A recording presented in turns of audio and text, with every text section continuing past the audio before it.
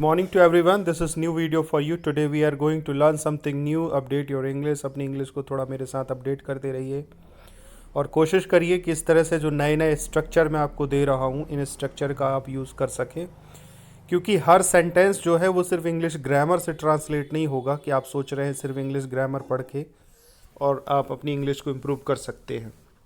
बहुत सारे स्ट्रक्चर आपको सीखने पड़ेंगे। उन स्ट्रक्चर की मदद से ही आप अपनी इंग्लिश को बहुत अच्छे तरीके से बोल सकते हैं। तो यहाँ पर देखते हैं, शुरू करते हैं आज का वीडियो। सेंटेंस नंबर फर्स्ट लिखा है, तुम अपने आप को समझते क्या हो, वो अपने आप को समझते क्या है, जॉय अपने आप को समझता क्या है, ये लोग अपने आप को समझते क्या हैं, तुम्हारा भाई अपने आप को समझता क्या है। इस तरह से सेंटेंस अगर आपको बनाना है तो आपको थोड़ा स्ट्रक्चर समझना पड़ेगा। जैसे यहाँ स्ट्रक्चर लिखा है कि what do you think you are, तो बस आपको ये ध्यान रखना, एक छोटी सी बात, कॉमन सी बात ध्यान रखेंगे। जैसे मान लीजिए यहाँ पर लिखा हुआ है, आपका जो सेंटेंस लिखा हुआ है कि what do you think you are, ये सेंटेंस आप देख रहे होंगे। यहाँ पर अगर आपका सब्जेक्ट यू है तो फिर आपको यहाँ पे डू लगाना है। मतलब जितने सारे सब्जेक्ट जैसे आई वी यू दे, ये सारे सब्जेक्ट आते हैं तो इनके साथ आपको क्या करना पड़ेगा, डू का यूज़ करना है। ओके। और अगर आपके सब्जेक्ट ही सी इट यदि आते हैं तो फिर, या किसी एक व्यक्ति का नाम आ जाता है तो फिर आपको यहाँ पे डज का यूज कर लेना है। ये चीज़ ध्यान रखेंगे। ओके। तो दूसरा सेंटेंस यहाँ देख रहे हैं कि what does he think he is, इस तरीके से आप ध्यान रखेंगे, what does he think he is. और यहाँ पर जो आपको देखने को मिल रहा है क्या, कि what do you think you are. तो ये बहुत कॉमन सी बात रहेगी कि what do you think you are और what does he think he is. अगर सिंगुलर सब्जेक्ट है तो ही, और अगर आपका प्लूरल सब्जेक्ट है तो डू का यूज़ करेंगे। बस ये ध्यान रखेंगे। Okay.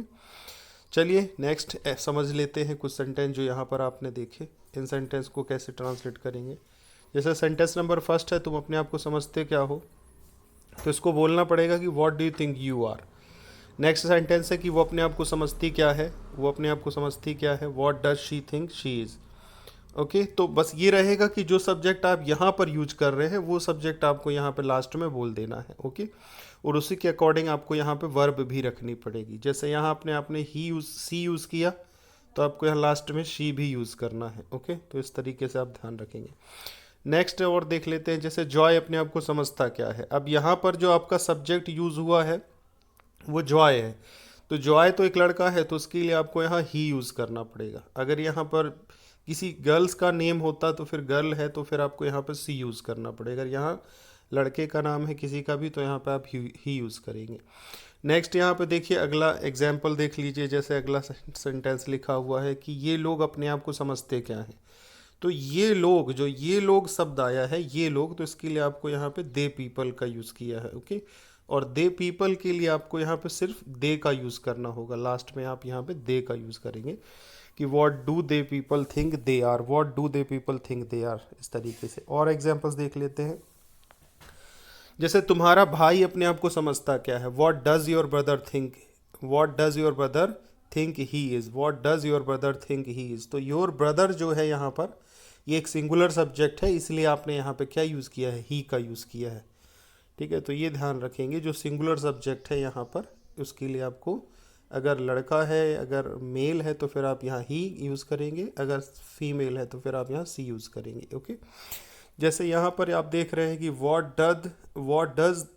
What does this girl think she is. अब यहाँ दिस गर्ल आया है तो दिस गर्ल के लिए आप यहाँ पे जो लड़की है तो फिर आपको यहाँ लास्ट में सी का यूज़ करना पड़ेगा। ये लड़की अपने आप को समझती क्या है, what does this girl think she is. Okay. तो इस तरह से बनाइए। और सेंटेंसेस कुछ एग्जांपल्स दे देता हूँ आपको क्रिएट करने के लिए। जैसे सेंटेंस नंबर फर्स्ट है, सलमान अपने आप को समझता क्या है, जूली अपने आप को समझती क्या है, और विधायक जी अपने आप को समझते क्या है ना। What does this boy think he is. In sentence का 3 सेंटेंस हिंदी के हैं, इनकी इंग्लिश क्रिएट करनी है, और 2 सेंटेंस इंग्लिश के हैं, इनकी हिंदी क्रिएट करनी है। तीनों सेंटेंस की पहले इंग्लिश बनाइए ऊपर वालों की, और ये 2 सेंटेंस जो नीचे के हैं इनकी हिंदी बनाइए।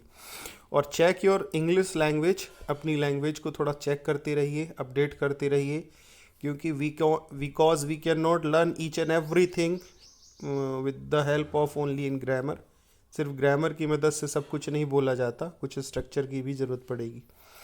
ओके। मिलते हैं नेक्स्ट वीडियो में। Tata, bye bye, love you to all.